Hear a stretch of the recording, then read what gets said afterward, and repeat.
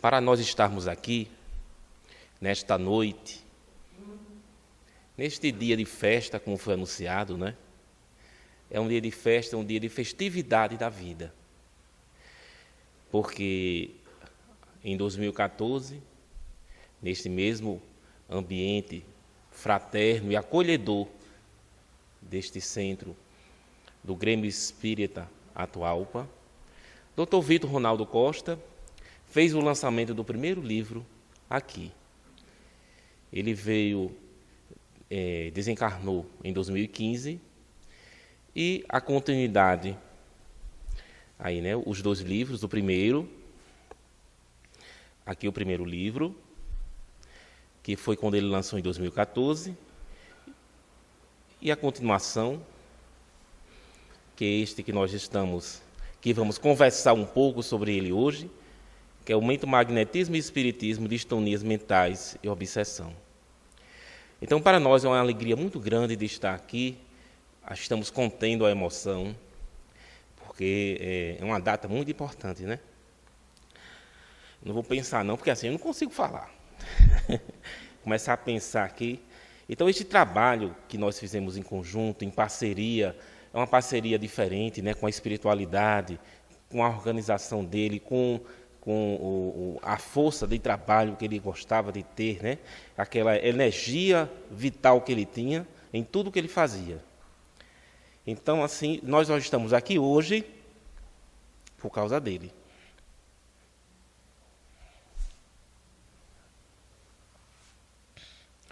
Então, esse segundo livro ele tem uma participação que não concluiu o trabalho porque veio a falecer, né? Foi o desencarne dele, a passagem, né? Continua o seu trabalho no plano espiritual, como o nosso irmão aqui, Paulo de Tarso, falou, né? Muitas vezes ele vem nas reuniões mediúnicas, presenciar e constatar a continuidade da vida e do trabalho daqueles que fazem o bem, que trabalham para o bem. Como também na reunião mediúnica que ele coordenava aqui nesta casa. Ele também, sempre ele se faz presente no auxílio, no trabalho, como ele costumava dizer, aos irmãos de ambos os lados da vida. Então vamos continuando para a gente conversar sobre esse segundo trabalho, que fala sobre distonias mentais e obsessão.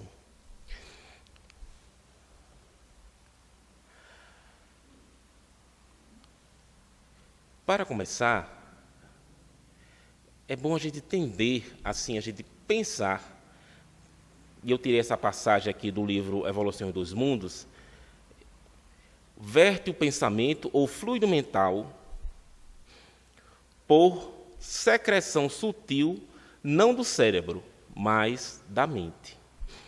Porque para a gente ter essa concepção de que o cérebro não é a mente. Nesse próprio livro aqui, Evolução dos Mundos, e em outros trabalhos de André Luiz, mas aqui neste eu vou citar, ele fala, nós temos o corpo físico, o corpo perispiritual e o corpo mental que envolve a mente. E neste mesmo livro, ele faz uma citação, André Luiz, e coloca lá, na citação, que nós não temos ainda condições de entender, de compreender os meandros da mente. Mas, neste trabalho do mentomagnetismo, eles fizeram assim uma adequação para que a gente possa entender alguns mecanismos, alguns caminhos da mente. E nós vamos conversar um pouquinho sobre isso hoje, sobre a mente. Aí vamos começar lá pelo livro Obras Póstumas. No livro Obras Póstumas tem um capítulo muito interessante, chamado Fotografia e Telegrafia do Pensamento. Porque telegrafia era o que ele conseguia comparar naquela época. Não tinha WhatsApp, né? Não tinha Facebook, essas coisas que nós temos hoje. Era o telégrafo, que era o mais moderno da comunicação. Então, esse capítulo, Allan Kardec coloca que lá, em um livro de Obras Póstumas, né, ele faz uns comentários posteriores a uma publicação até da Revista Espírita. Então, os comentários melhores estão em Obras Póstumas, porque ele faz ainda mais alguns detalhes. Por que eu estou me referindo a esse capítulo? Porque lá ele coloca assim, a gente vê o que André Luiz nos passa, e a base do magnetismo mental, que a gente vem do nosso interior, do nosso pensamento. Mas a gente tem que entender que o pensamento para André Luiz, para Emmanuel, para o Espiritismo, não é esse pensamento que está aqui na consciência, que eu estou aqui neste momento pensando. Mas é o que vibra no nosso interior, na nossa mente. Porque o que irradia de nós, o que sai de nós, não é somente o que está aqui na consciência, mas o que nós somos. Aí ele coloca, bem interessante, que todos nós, que ele fala do fluido cósmico, todos nós individualizamos o fluido cósmico universal e o irradiamos, de acordo com o nosso psiquismo. E que todo ser humano, nessa individualização, cria uma atmosfera. É essa expressão que Allan Kardec coloca. Nós criamos uma atmosfera psíquica. Que essa atmosfera psíquica, que é a individualização do fluido cósmico universal, essa atmosfera psíquica, é de acordo com o que a gente pensa. Mas o que a gente pensa como? Do que nós somos, do que nós construímos em toda a trajetória da nossa vida. E os fatos mais importantes estão ali irradiando e expressos para serem lidos e serem vistos. E ele coloca uma questão muito interessante que faz parte do magnetismo mental, que é a vontade. Pela vontade se consegue especificar a direção, a ação do pensamento, que se torna uma particularização do fluido cósmico universal, né? O pensamento pela vontade. Então, pela vontade se consegue, ele diz que o maior princípio do fluido cósmico universal é a vontade. Porque tudo que está no universo é construção do pensamento de Deus, do nosso pensamento, da criação. Por isso que nós somos co-criadores. Então, a vontade é um dos principais princípios do fluido cósmico universal. E também faz parte do trabalho do magnetismo mental, que nós vamos, aos poucos, a gente vai compreendendo, assim, no sentido do porquê estamos fazendo essa referência inicial. Nessa atmosfera que nós criamos, de acordo com o nosso interior, é o que Allan Kardec chama de fotografia do pensamento, porque ficam imagens, às vezes até situações que os espíritos conseguem perceber. E tem, inclusive, para a gente exemplificar, que na obra de André Luiz está estritamente ligada a Allan Kardec, e no livro Nosso Lar, já na parte final, do meio para o final, André Luiz, com Narcisa, ele se encontra às portas da cidade de Nosso Lar, e uma senhora muito chorosa, pedindo para entrar, que sofria muito, e os dois ficaram penalizados. André Luiz e Narcisa chegou a perceber umas manchas escuras nesta senhora. E ela até disse, por mim eu deixava ela entrar, mas eu não posso porque essa função tem aqui um espírito especializado nessa área, lá tudo era bem dividido, né? E chamou Paulo para analisar a questão. Aí que Paulo chegou, olhou e disse, ela não tem condições de entrar aqui. E os dois ficaram e André Luiz ficou sem compreender, porque por ele deixava a senhora entrar. Olhe, vejam, conte, Narcisa, quantas manchas ela tem. E ela tinha 58 manchas. Cada mancha dessa, perceba, Paulo disse, era um rosto de uma criança que ela promovia o aborto. É a fotografia do pensamento. Aquilo que está em nós se expressa. Aquilo que está em nós se exterioriza. Porque nem sempre a aparência é a essência. E a gente nós não escondemos do tempo de Deus e da vida o que nós somos. Isso é muito importante a gente procurar como a essência, a proposição educativa do Espiritismo, da nossa transformação interior.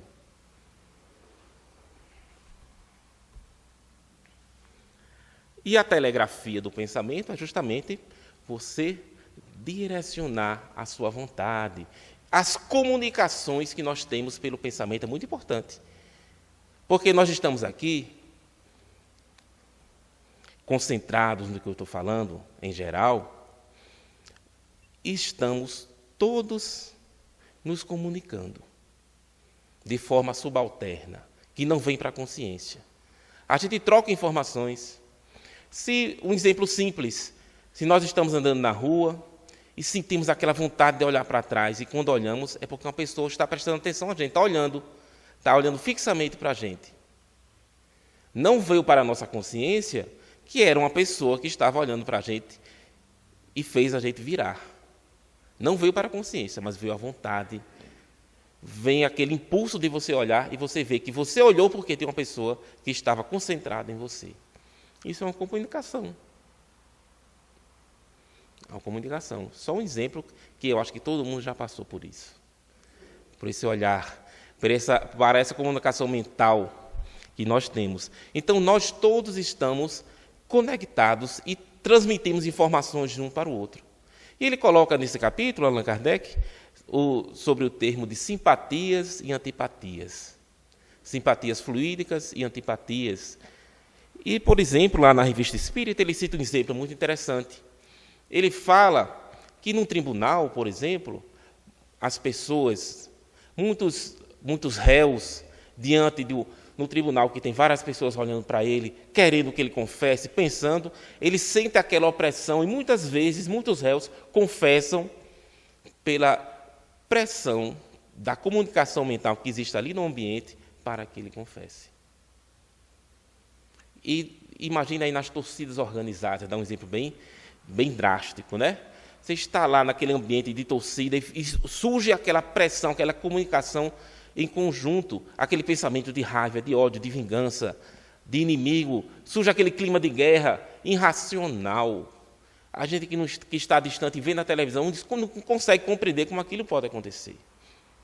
E muitas pessoas que têm um comportamento pacífico no dia a dia, naquele momento, se tornam um verdadeiro animal irracional.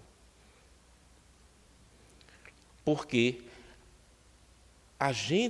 nós todos nos comunicamos. E de acordo com o nosso padrão interior de pensamento, a gente entra em faixas vibratórias. A gente tem isso bem descrito por Emmanuel, no livro Pensamento e Vida, no Mecanismo da Mediunidade, de André Luiz. Então, de acordo com o nosso pensar, a gente entra em comunicação com determinada faixa vibratória. O nosso planeta todo está repleto de comunicações, de ondas, de raios de pensamento. E a gente entra em comunicação, e muitas vezes isso é para o bem ou para o mal. Depende de nós. E isso é muito importante. Olha que interessante que ele coloca aqui, lá nessa mesma passagem. A experiência mostra que é possível atuar sobre os espíritos dos homens sem que eles os percebam. Olha que interessante. Pelo pensamento. A gente pode atuar, ajudar o próximo, ou não. Porque a gente está aqui pensando numa pessoa que está lá do outro lado do planeta, que nós conhecemos, que viajou, estamos fazendo prece, estamos pensando, desejando para ele o melhor, nós os estamos ajudando. E nas reuniões mediúnicas, nas reuniões de vibração, nós também fazemos isso de forma mais intencional e direcionada.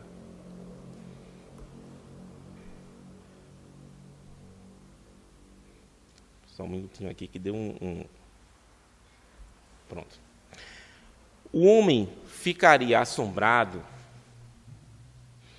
e sentir-se-ia aniquilado diante dessa infinidade de pormenores, diante dessas inúmeras redes ligadas entre si. Ele não está falando aqui de WhatsApp, não, viu, nem do YouTube. Essas redes ligadas que nós temos hoje, parece um texto bem atual, né? Mas é um texto, olha, muito antigo, lá no livro Obras Póstumas. diante dessas inúmeras redes ligadas entre si por uma potente vontade e atuando harmonicamente para alcançar um único objetivo, o progresso universal. Porque a humanidade toda, ela progride junta. O objetivo da gente se comunicar é para que nós ajudemos uns aos outros, não para prejudicar. Então é muito importante nós estarmos no estado de prece, como fala o irmão Carlos do livro Mental Magnetismo e Espiritismo, nesse estado de prece, que a mensagem inicial do livro é falando sobre a prece, sobre a importância da prece. Porque como nós podemos mudar a psicosfera do planeta e ajudar através da nossa irradiação do pensamento. O homem é o principal agente das correntes de energias que circulam no planeta. A média geral da vibração pensamental é que dá a equação de equilíbrio das energias do orbe terreno. Isso aqui é do irmão Carlos, neste segundo livro, que ele fala isso na mensagem inicial sobre a prece. Então, quem dá o equilíbrio do nosso planeta? Nós, somos nós. Nós que fazemos a psicosfera. E a gente vê nos livros como os espíritos superiores têm dificuldade de chegar até o nosso planeta em virtude do ambiente da psicosfera estar difícil. Às vezes eles vão até para áreas remotas, para ver se tem um pouco menos de influência da psicosfera do nosso pensamento, do nosso baixo padrão, do nosso interior que vibra e cria essa psicosfera. Em outras palavras, o homem que entra em prece canaliza por seu vibrar energias sutis, suas e de esferas superiores que entram em consonância vibratória. Olha que coisa interessante. Quando a gente entra em prece, claro que vocês sabem disso, quando a gente entra em prece, nós nos comunicamos com os pensamentos que vibram, que irradiam de bondade, de harmonia para o planeta. E nós entramos nessa conexão, nesta rede, como disse Allan Kardec, nesta rede, e irradiamos para todo o planeta. Como é importante, como nós somos importantes para o ambiente vibracional que a gente vive na nossa casa. Porque temos um exemplo interessante lá no Centro Indutor do Lar, que está escrito, que André Luiz nos fala, no livro Mecanismos da Mediunidade, que ele coloca lá, leiam especificamente lá, vão lá, dar uma olhada, vou fazer uma citação rápida, o Centro Indutor do Lar, ele coloca como nós, como os pais, como a família, influencia as crianças. Desse momento que ela volta para a reencarnação, que ela está começando a entrar na nova proposta educativa, e os pais a educam não só pelo exemplo, não só pelo que fala, mas pelo que vibra no seu interior. Há uma comunicação muito grande entre a família e as crianças que chegam no lar. Tem um capítulo no primeiro livro, do Mental Magnetismo, que o Dr. Carlos fala só sobre isso. Sobre como ele dá o exemplo de como uma criança, por exemplo, chega com dificuldades reencarnatórias e chega no lar harmônico. As vibrações benéficas daquele lar ajudam a ficar nos planos interiores dela, no pensamento que vibra, nas suas direções, coisas boas. Porque entre a comunicação no interior da sua mente com o que aquele espírito já construiu de bom. Então, em vez dele continuar a errar nas suas dificuldades de compreensão da vida, possivelmente será uma oportunidade que ele tem de fazer algo bem melhor. E os familiares que têm esse ambiente acolhedor com harmonia com Deus, ajuda aquele espírito a reerguer. Por isso que é muito importante que nós temos tantos lares, tantas crianças diferentes em lares diferentes. E o inverso também é verdadeiro. O lar desequilibrado ajuda, promove, dificulta o equilíbrio da trajetória reencarnatória do espírito, porque pode fazer vir para a sua consciência e para as suas diretrizes, por seu pensar, pelos seus desejos, os erros do passado. Então, um exemplo de um pai que bebe muito, ou que tem fora de casa um comportamento diferente do que aparenta dentro do lar, embora ele seja educado, trata os filhos com amor, ele também está ensinando, pelo seu pensar, está ensinando e está colocando em evidência as dificuldades que o filho teve no passado, pela essa comunicação mental, pela simpatia das energias de vibrar do seu interior com da criança que volta na reencarnação.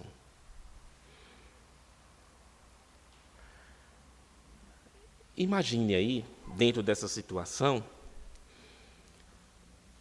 as distonias mentais. Um adulto, que muitas vezes é uma verdadeira criança, que tem um problema de transtorno mental, ou uma criança, como é importante porque que toda a família esteja direcionada, esteja consciente da sua participação no equilíbrio daquele ser, daquele irmão que naquele momento está com aquela aprovação, com aquele momento da sua vida de reajuste. Porque todos nós, quando chega uma criança num lar que tem uma distonia mental, ou um distúrbio, um transtorno, é toda a família que está junta. São os pais, são os irmãos, são primos, porque existe uma ligação afetiva pela convivência com todos. Existe uma comunicação mental.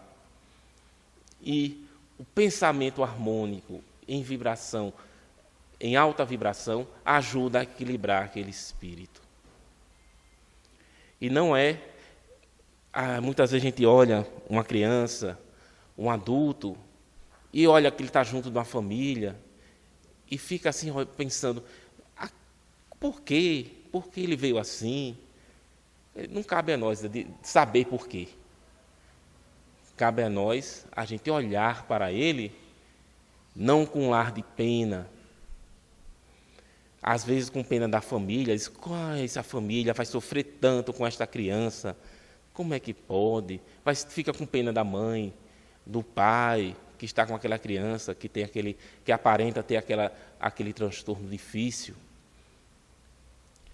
E nos falta, às vezes, a compreensão.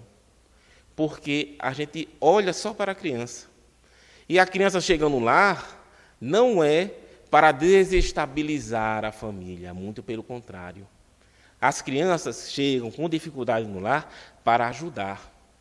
Porque quem precisa, nada acontece por acaso. Os lares que chegam essas crianças, estou falando criança porque é o momento de chegada, né?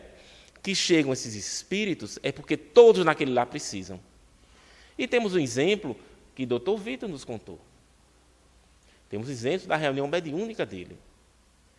De um determinado caso, acho que ele tem esse caso até num livro dele, que uma criança, durante a noite, na reunião, ela foi desdobrada, ela é uma criança que tinha uma distonia mental, ela foi desdobrada e se comunicou com o grupo mediúnico, se comunicou através de uma médium, e disse que, sem nenhuma aparência de ter uma dificuldade mental, disse que estava naquela família porque amava muito a mãe dela e queria que ela se tornasse mais afetiva. E temos também o exemplo de uma reunião que nós participamos, uma reunião mediúnica, lá na Escola Maria Teixeira, de uma senhorinha de idade, que ela gostava de contar. Ela disse que contava histórias para as crianças no mundo espiritual.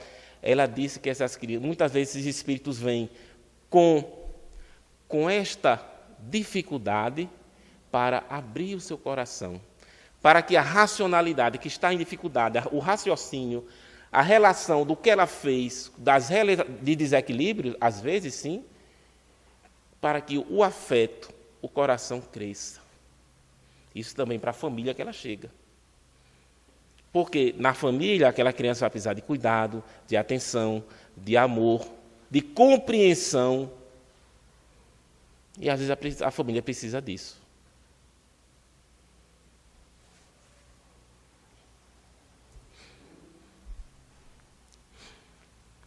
Aí vamos falar um pouquinho aqui, nesse momento aqui, quando botei esses campos mentais densos, nós vamos entrar aqui rapidamente numa questão muito interessante.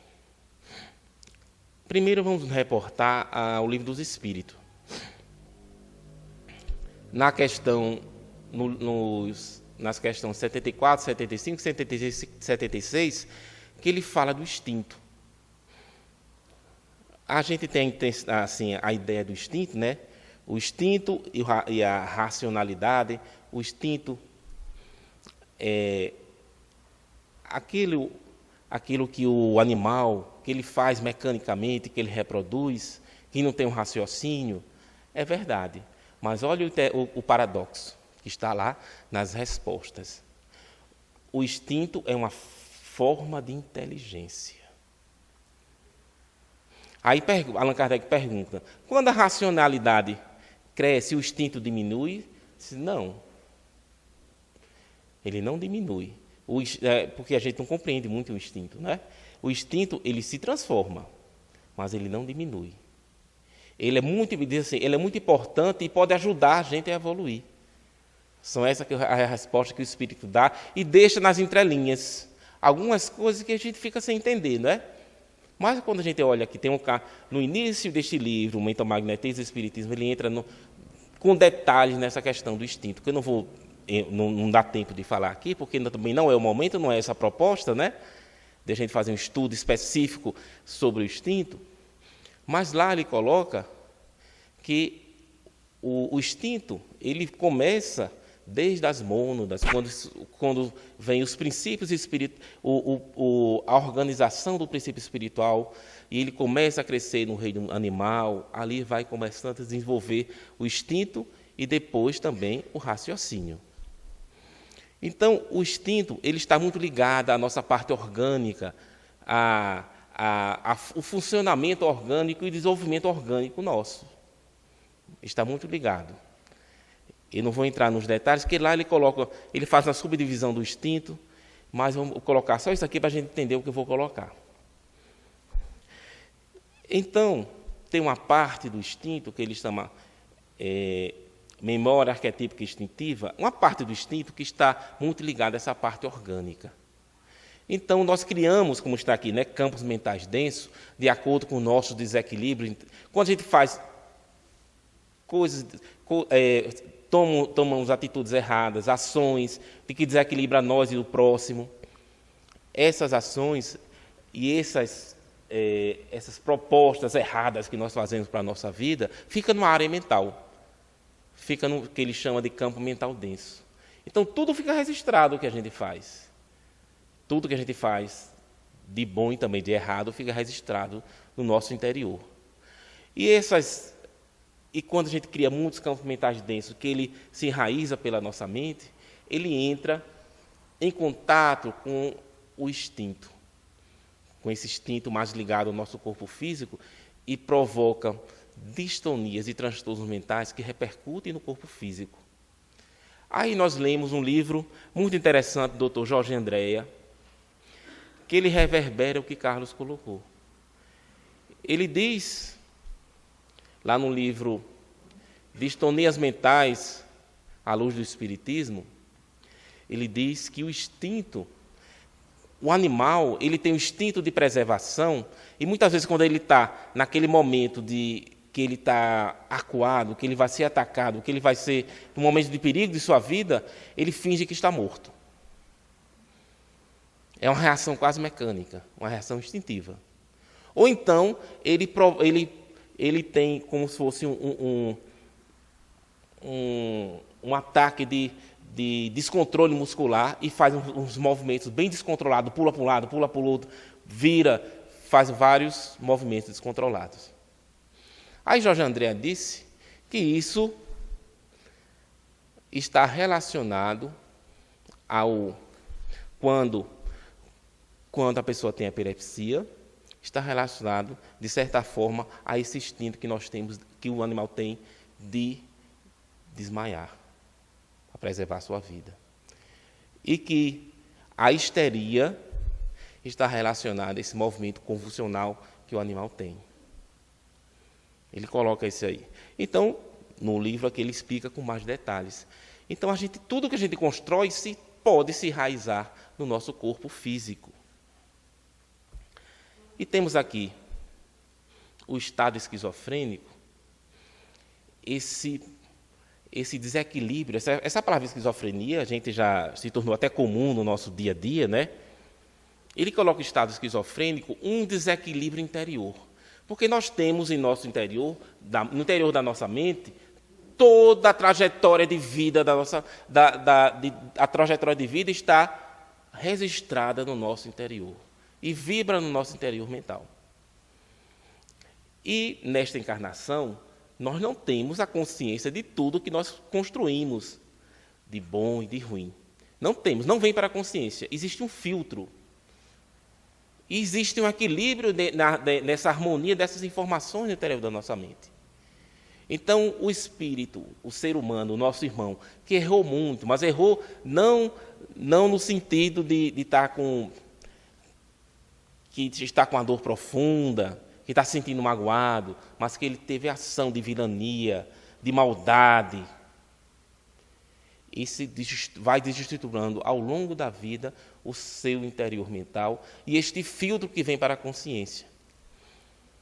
Então, em momentos, vêm muitas informações desconexas para o consciente e o espírito fica, e o encarnado ou desencarnado, que esse distúrbio pode estar também no mundo espiritual. É só a gente olhar os livros e ver os espíritos que estão nas regiões do umbral, em total desconexão, sem saber o que está acontecendo. Esses distúrbios que acontecem, esse estado esquizofrênico, que os psiquiatras designam e fazem vários tipos de doenças, de distonias mentais, a partir desse estado esquizofrênico. Aí vamos lembrar da bondade de Deus. Ele dá para nós a oportunidade da reencarnação, de voltar ao corpo físico. E a mente, aqui como está escrito aqui, a mente em desarmonia desorganiza suas comunicações internas. Foi um pouco o que eu falei. Está agora associada a um cérebro que a submete a uma contenção vibracional. Então, o cérebro tem um papel fundamental no reequilíbrio do tônus mental. Olhe como é importante a reencarnação. Então, os espíritos que estão em desequilíbrio, em distonias mentais, eles voltam para o corpo físico para ajudar, para ter um ajuste, um reequilíbrio. Para seu coração, para os seus sentimentos se tornarem mais vívidos nas suas decisões. E também temos, eu falei aqui das partes negativas, né? Mas tudo o que nós fazemos de bom, a gente tem um local que fica lá registrado. Mas vamos aqui, o que Leon Denis nos diz. Há em toda a alma humana 2 centros, ou melhor, 2 esferas de ação e expressão. Uma manifesta a personalidade, o eu, com suas paixões e suas fraquezas, sua mobilidade, sua insuficiência. A outra interna, profunda, imutável e, ao mesmo tempo, a sede da consciência, a fonte da vida espiritual, o templo de Deus em nós. Esse finalzinho aqui é bonito, né? A outra interna, profunda, imutável, é, ao mesmo tempo, a sede da consciência, a fonte da vida espiritual, o templo de Deus em nós. Então, a gente olha assim, olha que interessante. Existe um templo do Deus em nós, a sede da consciência. O campo consciência alerta é esta área. Existe uma área na nossa mente onde tudo o que nós fazemos de bom, de harmonia com Deus, fica registrado. É uma área que ninguém pode ter acesso, nenhum espírito. É uma forma de preservação do nosso caminho, da nossa estrada. Porque ele pode ser um ponto, ali aquele ponto, a partir daquelas informações, daqueles registros, daquelas nossas ações, porque esse registro não é só uma informação que está no papel, não. Né? A gente pegar e escrever, não. Quando eu falo aqui esses registros do campo consciência alerta, é uma ação que nós fizemos com o bem, e ela está repleta de emoção, de ligação com Deus, num estado superior, interior, de harmonia. Então fica tudo lá, tudo registrado. Aí quem disse que Deus colocou a consciência para nos ajudar é verdade. Contudo, nós é que alimentamos esse campo energético mental. Como? Através das nossas ações no bem. Ele é alimentado por nós, por nossas construções. Nada se perde. Tudo que nós interiormente vibramos em harmonia fica registrado.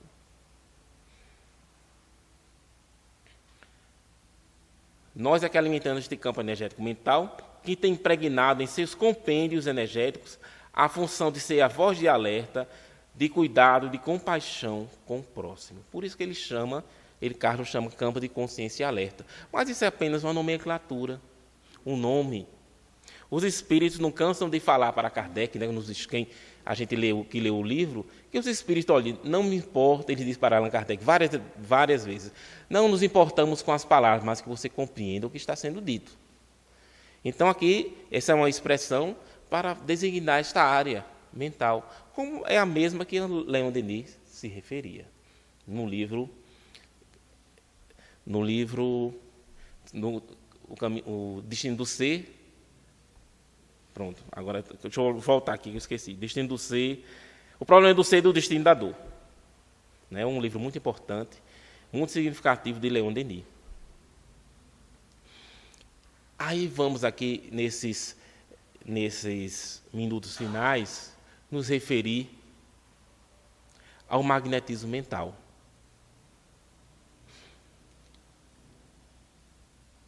Na Revista Espírita de 1863, em janeiro, existe um caso que está até reportado aqui no nosso artigo, né, que uma senhora chega com um transtorno mental.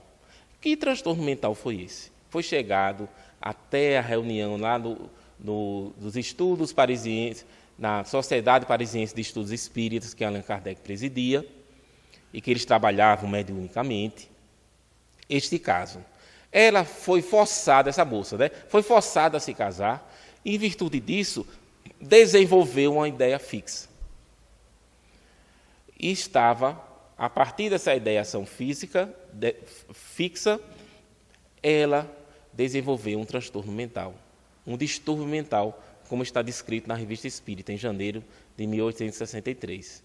E foi levado, que aparentemente não era nenhum caso de... Ela não tinha antes um problema, não aparentava ter um processo obsessivo, e foi levado na reunião, e os espíritos, um espírito superior disse que, em virtude dessa ideia fixa, que ela desenvolveu o transtorno mental, o distúrbio mental, apareceram vários obsessores, e estavam a perturbando, e constituíam um caso difícil e complexo.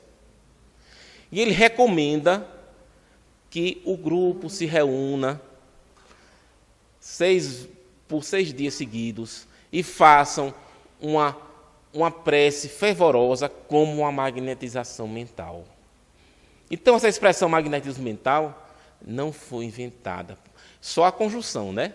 Magnetismo mental, que é mentalização mental, ou magnetismo mental, mentomagnetismo. Que também André Luiz se reporta no livro Mecanismo da Mediunidade. Em obras póstumas, novamente, Allan Kardec fala da prece que ela é uma magnetização mental. Então, um grupo mediúnico, por exemplo, se reúne e direciona pela sua vontade, e nós voltamos lá ao começo do nosso trabalho, do nosso estudo, né? Lá ao começo do livro Obras Póstumas, da vontade, como a vontade ela direciona o fluido cósmico universal. Então, o grupo se reúne e com sua vontade, e o estado de prece que direciona as energias em alta vibração para uma pessoa, a ajuda muito. E através desse processo foi que essa moça ela ficou curada deste transtorno e desta obsessão. Então, este livro Distonias Mentais, que é Mentomagnetismo, Distonias Mentais e Obsessão, está intimamente assim na descrição deste caso, porque está muito relacionado à obsessão. Nós hoje não desenvolvemos muito a problemática da obsessão, mas no livro há um trabalho extenso sobre o processo obsessivo. Então, esse campo consciência-alerta é um ponto muito importante, porque o grupo se direciona e faz ele vibrar. Eu lembro quando essa mensagem foi passada para o Dr. Vitor, ele no grupo, não falou para ninguém, o livro não estava sendo pronto, estávamos em início ainda de trabalho, de estudo.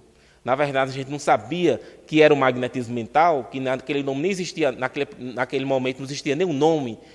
Os espíritos foram passando as informações para a gente sem dizer, você vai fazer um livro disso. Não, as coisas foram passando as mensagens, depois é que as coisas foram se substanciando, né?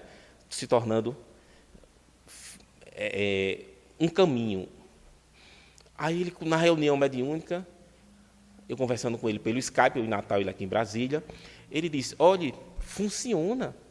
Eu estava lá, o espírito, comecei a pensar, a vibrar para o campo consciência alerta dele, o espírito, na psicofonia através do médium, e o espírito disse, o que é que está acontecendo? O que é que o senhor está fazendo? Está vindo eu não consigo entender a minha cabeça. O que é que o senhor está fazendo? Por quê? Não vem a informação exatamente do campo consciência alerta. A informação do fato vem o vibrar, a emoção, uma emoção interior que ele começa a se conectar com Deus através das suas próprias construções de harmonia. Olha como é bonito, não é? A gente, Deus é tão bom que Ele colocou esta área. Inclusive, possivelmente, esse é um caminho daqueles espíritos que perderam já a morfologia do seu perispírito, que estão na forma de ovoide, é um caminho dele se reestruturar. Porque todos nós, todo ser humano, alguma coisa fez de bom.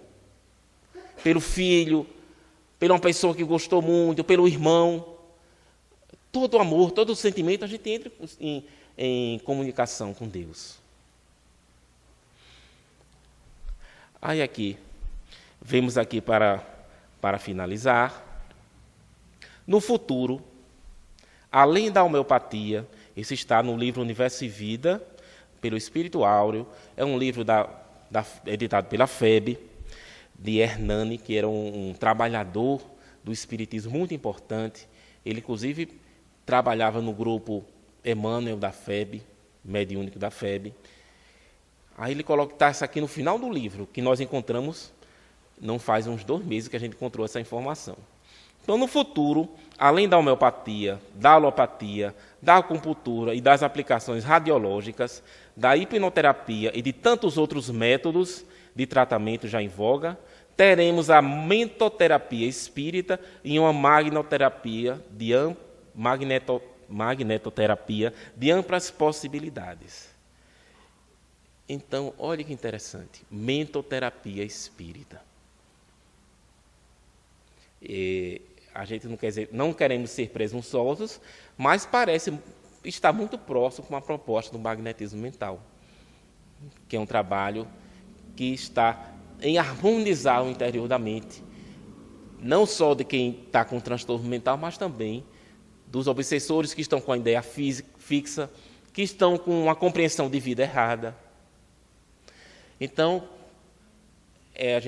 ficamos emocionados quando vimos esta proposta aqui da mentoterapia espírita, essa expressão que nem passou pela nossa cabeça, mas é uma terapia mental, que é a proposta do magnetismo mental ou do mentomagnetismo.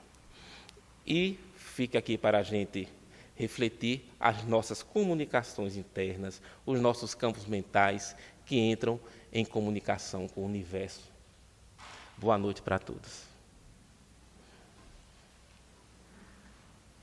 Deixa eu botei água aqui.